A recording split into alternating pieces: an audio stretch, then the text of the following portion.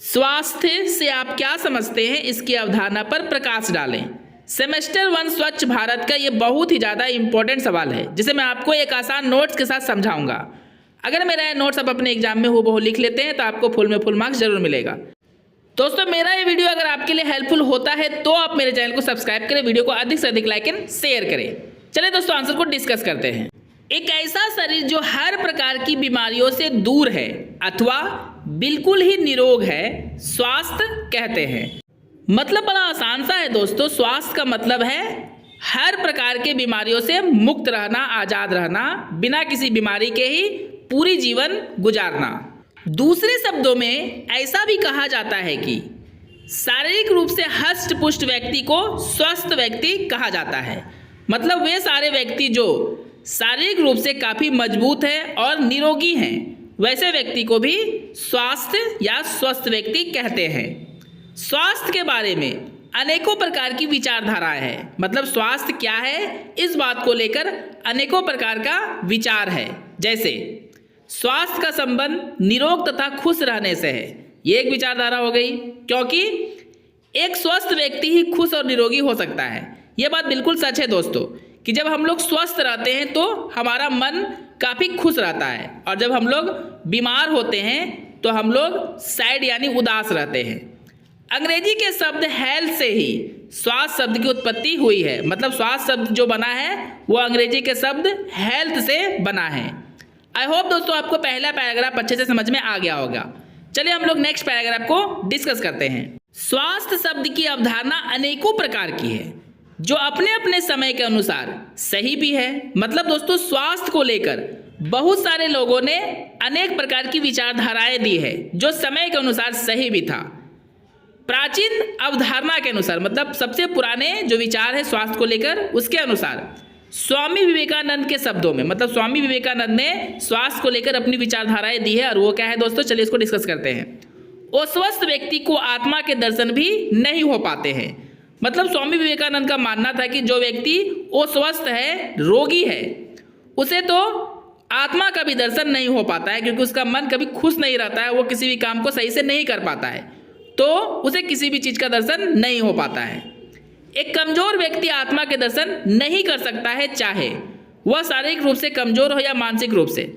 ऐसा इसलिए दोस्तों क्योंकि एक व्यक्ति या तो शारीरिक रूप से कमजोर होता है या मानसिक रूप से, या फिर दोनों से ही होता है। तो ऐसे कमजोर व्यक्ति को अस्वस्थ बोलते हैं, और अस्वस्थ व्यक्ति को आत्मा का दर्शन नहीं हो पाता है। आत्मा का दर्शन का मतलब होता है दोस्तों, वह स्वयं को सही से नहीं समझ पाता है और ना ही किसी काम को सही से कर पाता है। मतलब हर काम में वह बेकार साबित हो जाता है। इसलिए यहाँ पे बोला गया है आत्मा का दर्शन। एक अस्वस्थ व्यक्ति अपने जीवन में कोई भी लक्ष्य पूरा नहीं कर सकता है, क्योंकि उसमें आत्मविश्वास की कमी होती है। आपने भी दोस्तों ये महसूस किया होगा कि जब आप अस्वस्थ होंगे, मतलब आप जब बीमार होते होंगे, तो ऐसे समय में मन में निगेटिव थिंकिंग्स आते हैं, और नेगेटिव थिंकिंग्स जब आते हैं दोस्तों तो आत्मविश्वास की कमी आ ही जाती है। स्वस्थ व्यक्ति के लिए यह भी माना जाता है कि वह कभी भी निराशावादी नहीं होगा। मतलब एक स्वस्थ व्यक्ति जो होता है वो निराशावादी नहीं होता है, मतलब उसके मन में कभी भी निगेटिव थॉट्स नहीं आते हैं। उसकी सोच हमेशा आशावादी ही होगी, क्योंकि उसमें आत्मविश्वास होती है। एक स्वस्थ व्यक्ति जो होता है दोस्तों, वह हमेशा अपने जीवन में आशा लगाकर रहता है। उसे हमेशा आशा होता है कि वह कुछ ना कुछ अपने जीवन में करेगा ही, और ये आशा ही उसकी आत्मविश्वास होती है दोस्तों। और आत्मविश्वास कब आती है? जब शरीर स्वस्थ होता है। आई होप दोस्तों आपको सेकेंड पैराग्राफ भी अच्छे से समझ में आ गया होगा। चलिए हम लोग नेक्स्ट पैराग्राफ को डिस्कस करते हैं। स्वास्थ्य की परिभाषा अनेकों विद्वानों ने अपने अपने अनुसार दिए हैं, जिनमें से कुछ परिभाषाएं निम्नलिखित है। मतलब दोस्तों, स्वास्थ्य को लेकर, यानी स्वास्थ्य क्या है उसको लेकर बहुत सारे विद्वानों ने परिभाषाएं दी है।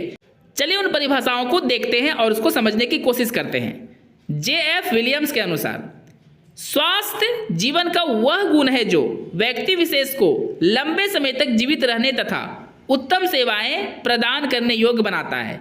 मतलब इनका कहने का यही मतलब है दोस्तों कि स्वस्थ रहना हमारा सबसे बड़ा गुण होता है, क्योंकि एक स्वस्थ व्यक्ति ही हर प्रकार के सेवाएं प्रदान कर सकता है और सेवाएं दे भी सकता है।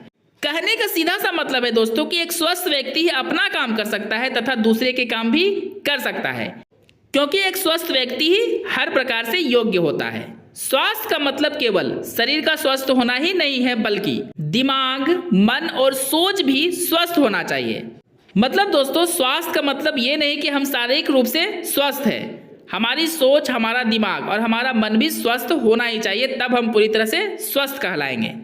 स्वास्थ्य हमारे जीवन में खुशी, मान सम्मान, सफलता, अच्छी सोच लाता है। मतलब एक स्वस्थ व्यक्ति ही खुश रहता है और दूसरे को खुशी प्रदान कर सकता है, मान सम्मान प्राप्त कर सकता है, सफलता प्राप्त कर सकता है और उसी की सोच, मतलब एक स्वस्थ व्यक्ति की सोच ही अच्छी हो सकती है। स्वास्थ्य की अवधारणा समय के अनुसार बदलते हैं। आज के समय में स्वास्थ्य की अवधारणा निम्नलिखित प्रकार की है। ऐसा इसलिए दोस्तों क्योंकि समय के अनुसार हर चीज बदलता है, तो अवधारणाएं का मतलब होता है दोस्तों विचार भी बदलते हैं। तो चलिए स्वास्थ्य की जो अवधारणा है, जो विचार है, उसको हम लोग डिस्कस करते हैं पॉइंट वाइज। पहला पॉइंट है प्रारंभिक अवधारणा, मतलब सबसे पुरानी अवधारणा। यह अवधारणा सबसे पुरानी अवधारणा थी क्योंकि इस अवधारणा के अनुसार केवल अच्छी चिकित्सा की सुविधा को ही स्वास्थ्य माना जाता था, क्योंकि अच्छी चिकित्सा की सुविधा के कारण ही लोग स्वस्थ रहते हैं। मतलब सबसे पुरानी जो अवधारणा है दोस्तों, उसके अनुसार ऐसा माना जाता है कि अच्छा इलाज का जो व्यवस्था है, जिससे कि लोग स्वस्थ होते हैं, इसी को वे लोग स्वास्थ्य की अवधारणा माना करते थे। और ये अवधारणा यानी सोच दोस्तों किसकी थी? तो पुराने लोगों की। पुराने लोग ऐसा माना करते थे कि अच्छा अगर इलाज होता है तो यही स्वास्थ्य की व्यवस्था है। दूसरा है दोस्तों इकोलॉजिकल अवधारणा। इस अवधारणा के अनुसार लोगों को अब यह समझ आ चुका था कि हमारे पर्यावरण अगर प्रदूषित होंगे तो हमारा स्वास्थ्य भी खराब होगा। मतलब दोस्तों समय के साथ साथ लोगों की विचारधाराएं भी बदलने लगी। जैसे कि पहले के लोग केवल चिकित्सा को ही अच्छा स्वास्थ्य मानते थे, लेकिन धीरे धीरे लोगों का स्वास्थ्य के प्रति सोच बदला और उनकी अवधारणाएं बदली कि अगर हमारा पर्यावरण प्रदूषित है तो हम लोग स्वस्थ नहीं हो सकते हैं, इसलिए पर्यावरण को सुरक्षित और स्वच्छ रखना होगा। लोग पर्यावरण को स्वच्छ बनाने में अपनी भूमिका देने लगे ताकि सभी को एक स्वस्थ जीवन मिले। मतलब जैसे ही लोगों का सोच बदला कि पर्यावरण को सही रखना है, स्वच्छ रखना है, तो सभी लोग मिलजुल कर पर्यावरण को स्वच्छ रखने लगे ताकि उनका जीवन स्वस्थ जीवन हो सके। आई होप दोस्तों आपको दोनों पॉइंट अच्छे से क्लियर हो गया होगा। तो चलिए तीसरे पॉइंट को हम लोग डिस्कस करते हैं, जो है मनोसामाजिक अवधारणा। समय के साथ लोगों को यह पता चला कि केवल शरीर को ही स्वस्थ रखने से कुछ नहीं होगा, शरीर के साथ साथ मानसिक स्वास्थ्य और सामाजिक स्वास्थ्य भी काफी जरूरी है। क्योंकि दोस्तों केवल शरीर को स्वस्थ रखना ही काफी नहीं होता है, उसके लिए हमारा मन और समाज भी स्वस्थ होना चाहिए। इस प्रकार दोस्तों समय के साथ साथ लोगों की जो अवधारणा है स्वास्थ्य को लेकर बदलने लगा था। दिल, दिमाग, समाज और संस्कृति स्वस्थ नहीं होगी तो फिर हम कितने भी स्वस्थ हो जाए हमें बीमार ही कहा जाएगा। मतलब दोस्तों हमारा दिल, दिमाग, समाज और संस्कृति अगर स्वच्छ नहीं है तो हम लोग कितने भी साफ सुथरा हो जाएं, कितने भी स्वस्थ दिखें, हमें लोग बीमार ही कहेंगे। क्योंकि दोस्तों हमारा मन और संस्कृति भी स्वस्थ होना चाहिए। संस्कृति का मतलब दोस्तों है जो हम लोग अपने अपने धर्म के अनुसार पर्व त्यौहार को मनाते हैं, नियम कानून को मानते हैं, तो वो स्वस्थ होना चाहिए। स्वस्थ का मतलब यहाँ पे है दोस्तों, जब हम अपनी संस्कृति को मनाएंगे, जैसे हमारे जो पर्व त्यौहार है, तो दूसरे संस्कृति वाले लोगों को कोई भी यानी किसी भी प्रकार का तकलीफ नहीं देंगे। अगर ऐसा हम लोग करते हैं दोस्तों तभी हमें स्वस्थ कहा जाएगा, नहीं तो हमें बीमार ही कहा जाएगा। लास्ट अवधारणा है दोस्तों संपूर्णतावादी अवधारणा। बाकी सभी अवधारणाओं के बाद यह एक अवधारणा सामने आई कि स्वास्थ्य का मतलब केवल एक व्यक्ति या एक समाज का स्वस्थ होना ही नहीं, बल्कि पूरे देश स्वस्थ होगा तभी देश पूरी तरह से स्वस्थ माना जाएगा। मतलब ऐसा है दोस्तों कि सभी अवधारणाओं को स्टडी करने के बाद, समझने के बाद संपूर्णतावादी अवधारणा हमारे सामने आई, यानी विद्वानों ने इस अवधारणा को बनाया स्वास्थ्य को लेकर। उनका मानना था कि जब तक पूरा देश का हर एक नागरिक स्वस्थ नहीं होगा तब तक हमें स्वस्थ व्यक्ति नहीं कहा जाएगा। क्योंकि दोस्तों ऐसा माना जाता है कि एक तालाब में अगर बहुत सारी मछलियां हैं और उसमें एक मछली अगर खराब है यानी रोगी है तो वो पूरा तालाब ही गंदा हो जाता है। ठीक उसी प्रकार यह अवधारणा है कि देश का हर एक नागरिक स्वस्थ होना चाहिए, तभी हम लोग स्वस्थ माने जाएंगे। सभी व्यक्ति स्वस्थ होंगे तो ही हमारा परिवार, समाज और देश स्वस्थ होगा।